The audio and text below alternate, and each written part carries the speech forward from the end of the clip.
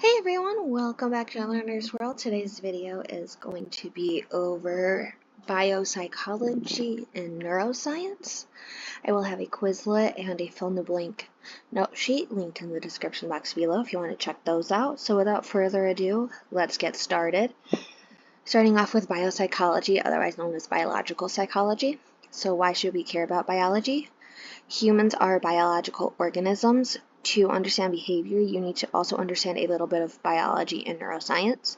The statement that we only use 10% of our brain is 100% false. We use 100% of our brain, just not all at once. Saying that you are left brain or right-brained is also false. Everyone with an intact brain is whole-brained. Split brain comes from people who have had their corpus callosum cut. There is localization within the brain, but you are whole-brained. Behavior science versus natural science. So behavior science is going to focus on people, while natural science is going to focus on the natural world.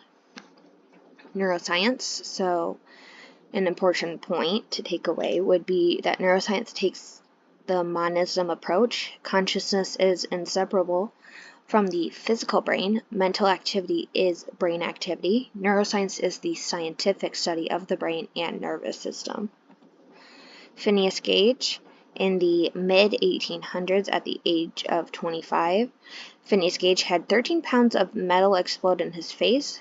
A tamponing iron entered his skull through the eye and exited through the frontal or parietal bone. He survived the injuries. Beforehand, he was respected. After, he was vulgar and disorderly. Damage to his frontal lobe is why people believed his attitude changed. But he did recover in the end. Experience and brain plasticity. So plasticity is the change as a result of experience. Phineas Gage is potentially an early example of brain plasticity. Experiences alter brain connections. Prolonged unusual experiences alter the brain in profound ways. A great book about neuroplasticity is The Brain That Changes. Components of the nervous system. So the central nervous system is going to be the brain and spinal cord. It communicates with the rest of the body. The peripheral nervous system is nerves connecting the spinal cord with the rest of the body. Divisions of the nervous system. So the central nervous system, again, this is the brain and spinal cord. The peripheral nervous system is around brain and spinal cord, including somatic nerves. Somatic nerves are responsible for the voluntary movement of skeletal muscles. Autonomic nerves are going to be for internal organs and glands. Parasympathetic nervous system is going to calm the body to conserve energy. Sympathetic nervous system is responsible for arousing and responsible for fight or flight. The autonomic nervous system controls glands and muscles of internal organs such as heartbeats, respirations, digestion, and blood pressure. Sympathetic nervous system arouses body to deploy energy in stressful situations. Parasympathetic nervous system conserves energy. Sympathetic versus parasympathetic nervous system. So sympathetic nervous system is going to help pupils to dilate, salivation to decrease, skin to perspire, respiration to increase, heart to accelerate, inhibit digestion, and the adrenal gland to secrete the stress hormone. The parasympathetic nervous system is going to be responsible for pupils contracting, salivation increasing, skin being dry, respiration decreasing, heart slowing, activating digestion, and the adrenal gland decreasing the stress hormone.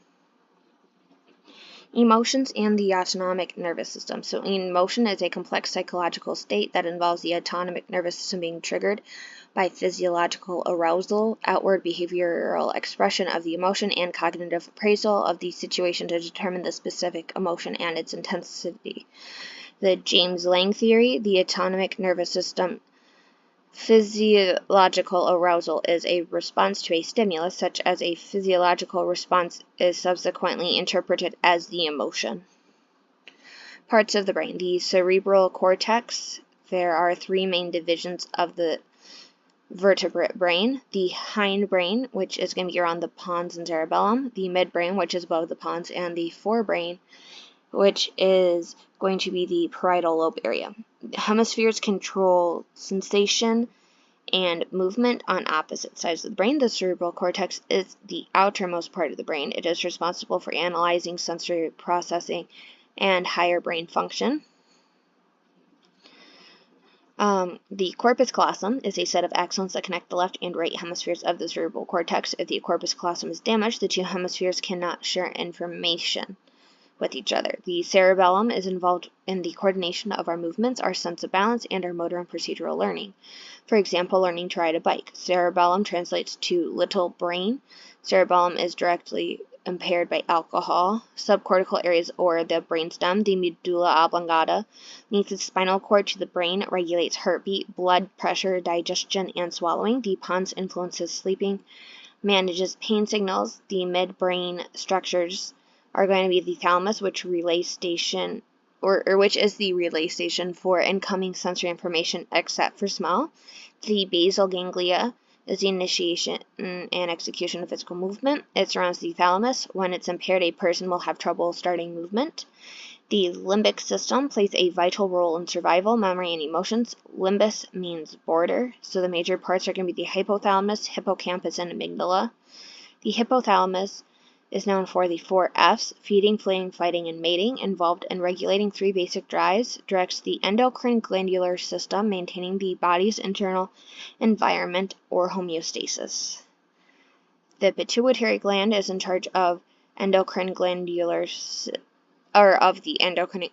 system. The hippocampus is involved in the formation of new memories. It plays a role in learning. The amygdala responds strongly to emotional information, especially aggression, anger, and fear, provides the emotional element to our memories. Strong variability in how reactive it is between people. For example, Alex Hinault. The Urbach-Wiethe disease, when someone is born with a dysfunctional amygdala. Cerebral cortex and cerebrum. The cerebrum is 80% of the total volume of our brain. Cerebral cortex is the outer 3 centimeters of the cerebrum. The bumps and folds expand the surface of the cerebral cortex. The frontal lobe is the primary motor cortex. It is important for controlling fine movements, for example, a finger wiggling your toes, responsible for planning, strategic thinking, and speech production, or an executive function. This is where personality is. The prefrontal cortex is important for memory and of what has just happened. It is important for planning what to do next and critical for directing attention. The parietal lobe is specialized for the body senses: touch, pain, temperature, awareness of the location of a body part in space, responsible for attention, processing, motion, and location. Also known as the sensory cortex, the temporal lobe is the main area for hearing and certain aspects of vision and language. The fusiform gyrus responds mainly to the sight of faces. People with damage to this area no longer recognize faces. It is responsible for hearing, recognition of speech, and recognition of faces. The occipital lobe is specialized for vision. Cortical blindness is blindness due to damage in the lobe, not the eye. Blind sight is the ability to point to or otherwise indicate the direction of a visual stimulus without any conscious perception of seeing anything at all. Parts of the cerebral cortex: you have the occipital lobe, which is responsible for vision, and the cerebellum, or little brain, attached to the rear of the brainstem, which helps coordinate voluntary movement and balance. The somatosensory cortex is directly behind the central fissure in each hemisphere, where the body sensations of pressure, temperature, limb position, and pain are processed. The amount of sensory motor cortex devoted to a body part is directly proportionate to the sensitivity of that body part. The auditory cortex is located in the temporal lobes, passes the results of its analyses onto areas of other lobes to complete the brain's interpretation of the incoming visual and auditory information. Neurotransmitters and behavior. Our brain has dozens of neurotransmitters. These are naturally occurring chemicals in the nervous system. They specialize in transmitting information between our neurons. Neurotransmitters are chemical messengers that move between our neurons. How neurons communicate. Communication within a neuron is electrical. Communication between neurons is chemical. You have acetylcholine, aka ACH. It increases brain arousal. It is released by motor neurons to stimulate skeletal muscles. A lower level of acetylcholine is found in Alzheimer's patients, which can affect their learning ability. Some poisons affect ACH levels, such as botulinum, which leads to paralysis and death. This is what Botox is derived from. Dopamine impacts arousal and mood states. Thought process and physical movement plays a major role in reinforcement or reward-motivated behavior. It is involved in motor control. Low levels are associated with Parkinson's disease. Excessively high levels are associated with schizophrenia. Serotonin and norepinephrine. Serotonin is involved in levels of arousal and mood, sleep, and eating. Modifies many types of motivated emotional behavior. It is believed to play a big role in depression. Norepinephrine enhances storage of memory of emotional or otherwise meaningful events. Selective serotonin reuptake inhibitors, or SSRIs, are going to be antidepressant drugs that work by blocking the reuptake of serotonin, such as Prozac, Paxil, and Zoloft. Selective serotonin and norepinephrine reuptake inhibitors, SSNRs, are antidepressant drugs that work by blocking the reuptake of serotonin and norepinephrine, such as Cymbalta, Pristiq, and Effexor. GABA, or gamma-aminobutyric acid, is a main inhibitory neurotransmitter in the nervous system. It's going to be affected by anti-anxiety drugs and anti-epileptic drugs, which increase the activity of GABA synapses, acts like brakes in a car. Glutamate is a main excitatory neurotransmitter in the nervous system, the brain's main excitatory neurotransmitter, present at most synapses, essential for almost all brain activity, including learning. Excessive glutamate can lead to neuron death. Strokes release extra glutamate. Glutamate is linked to schizophrenia. Endorphins are a group of neurotransmitters involved in pain relief and feelings of pleasure. They're the nervous system natural painkillers. Morphine and heroin stimulate the same receptors as endorphins. Structure of a neuron or nerve. So neuron is going to be the nerve cell, the basic building blocks of the nervous system. Cell body controls metabolic activity. Axon sends messages to other neurons, muscles, or glands. The dendrite receives messages from other neurons. The myelin sheath is the electrical insulator of an axon or on an axon. Speeds communication. The axon terminal extends towards other neurons. The terminal button is located at the end of the axon on the sending neuron. The synapse is a space between neurons. The synaptic vesicle contains neurotransmitter chemicals, reaches the end of the axon and empties into the synapse. Receptor sites are located on the dendrite of the receiving neuron. Neurotransmitter chemicals are going to be like a key and find the receptor sites, which are going to be like locks, and pass on the reaction. Neurotransmitters include adrenaline, oxytocin, dopamine, and serotonin. Binding neurotransmitters fit the receptor sites. Reuptake is the sending neuron takes back the excess neurotransmitter. All or none law. When total excitation reaches some minimum level or threshold, an output signal is sent to the next neuron. Action potential. An action potential is a brief electrical charge that travels down the axon to the next neuron. A flow of positive ions cross a membrane. So it starts at a resting potential or resting state, which is going to be negative 70 millivolts. Then it moves to the depolarization stage, which is when the excitation threshold is reached. The polarity briefly goes positive. Then it repolarizes and the polarity drops back to negative.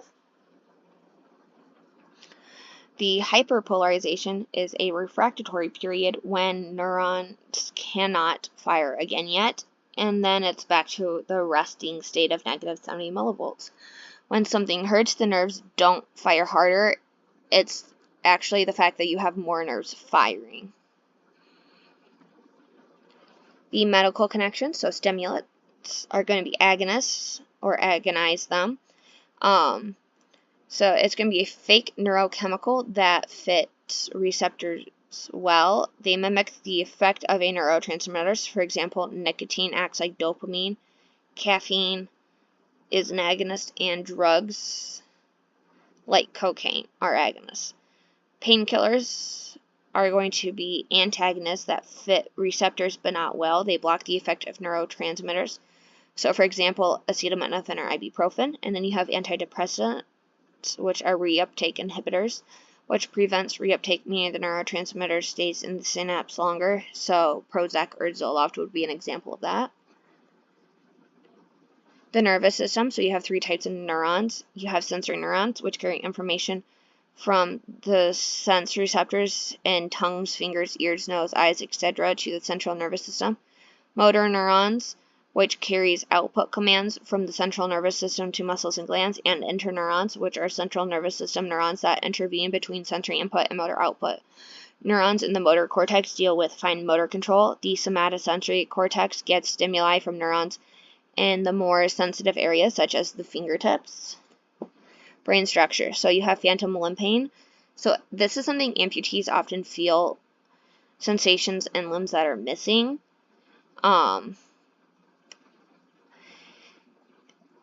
It's seen a lot too when the amputee might have a prosthetic. Left versus right, so you have the crossover. Left side of the brain is controlled by the right side of the brain, or the left side of the body is controlled by the right side of the brain, and vice versa. Hemispheric lateralization.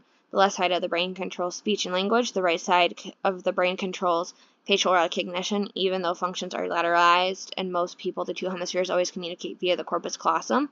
Split brain. This is when the corpus callosum is cut and the hemispheres cannot communicate. The Stroop effect is when the brain receives incongruent stimuli. It takes longer to process. In simple terms, when our senses conflict, we need to think harder. That's all I have for today's video. I hope you found it helpful. If you know of someone who might find this helpful as well, please forward it to them and hit the thumbs up button. And if there's a topic you want to see in a future video, please leave in the comment section below. I hope you have a great day. Bye!